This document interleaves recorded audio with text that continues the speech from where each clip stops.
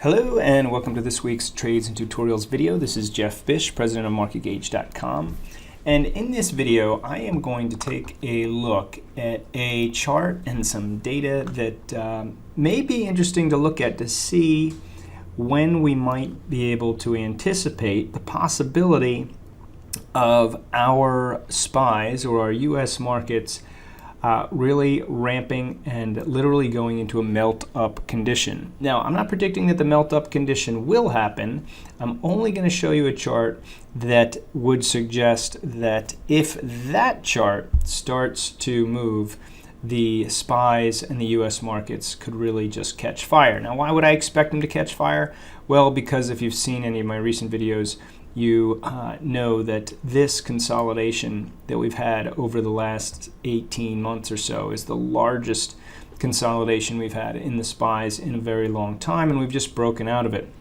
Now, this doesn't preclude the idea that the market could pull back to the 50-day moving average first, but the real motion indicator down here is certainly in gear, so a pullback to the 50 would be a very nice place to expect the market to hold. I'm not so sure it does that, but before we get into the rest of the details, let me just make sure, if you're just finding us on YouTube, please make sure you subscribe. If you're finding us on Facebook, please like us. And of course, we have more videos like this at marketgauge.com/tutorials, as well as more information coming out daily on our Twitter feeds at MarketGauge and at Market Minute.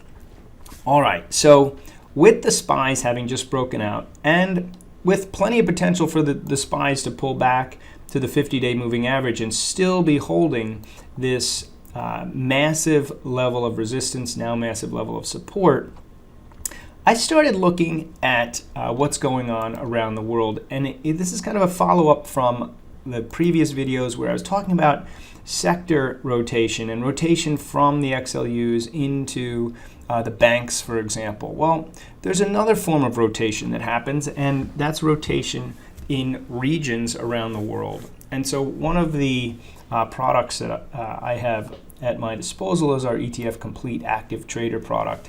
I'm not going to get into that, but I will show you what it's displaying that I think is quite interesting right now. So the way this is broken down is it's ETFs that help us track what's going on around the world. So we can see rotation in money flow around the world into different countries.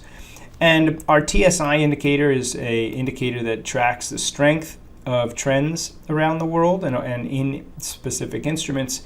And I'm sure it comes as no surprise to you if you follow this kind of stuff that EEM, when we look at major areas of the world, with a 9.5 is leading the major markets in terms of our U.S. markets as well as developed markets and the entire world. So emerging markets has been a theme for quite some time. But let's break it down into something more specific than that.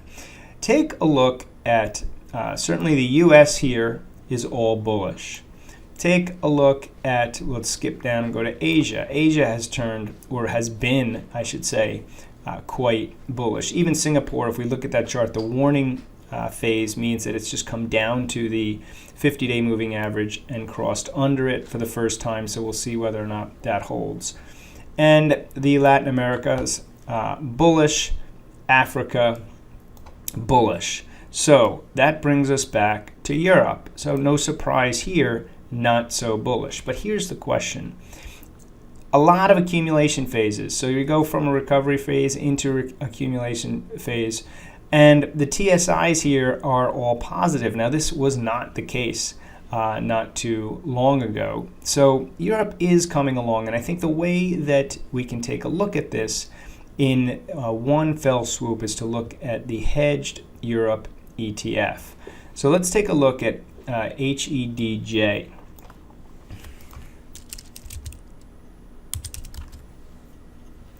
So here's what I want you to pay attention to. I said something similar when our markets were not reacting favorably to a weak China, and then China seemed to be turning on its real motion.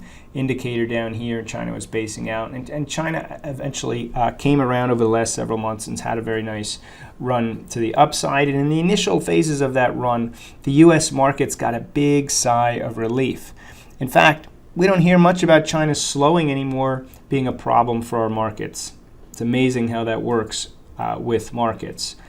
So my thought here is that while I don't hear anybody saying this, it seems as though if the European markets, as measured by the hedged ETF here, break out of this massive base and start to climb higher, we could find ourselves in a situation, and the reason that that might happen is that the fear that Europe is going to remain stagnant and that Brexit is going to continue to put a lid on any progress over there, if that fear starts to be refuted by a big positive breakout in the market, the news flow could lead to statements such as growth is resuming, Europe is coming back.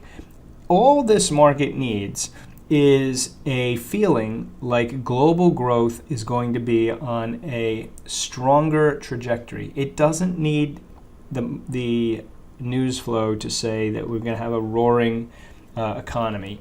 If participants began to feel that the economy was actually strengthening and not teetering, then I think we could find ourselves in a situation where the U.S. market would accelerate, much to the unexpected dismay of the bears and even the bulls, who will feel dramatically left out as the end of the year comes in. Of course, all of this is speculation on my part, and I'm not a fundamental analyst, and I'm not trying to play economist. But I've seen enough times where an inflection point in one part of the world lights a fire somewhere else.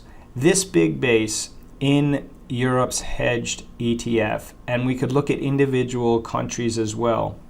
Many of the countries are set up nicely in such a way that they're breaking their 200-day moving average, which is this green line here, but really haven't gotten going yet. And if they start to get going, and there's any feeling, at the risk of repeating myself, that Europe is getting better, the global economy is getting better, then U.S. stocks really will be at risk of having a melt up.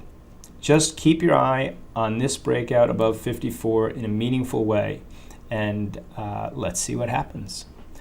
Hope that helps, and I'll see you in the next video.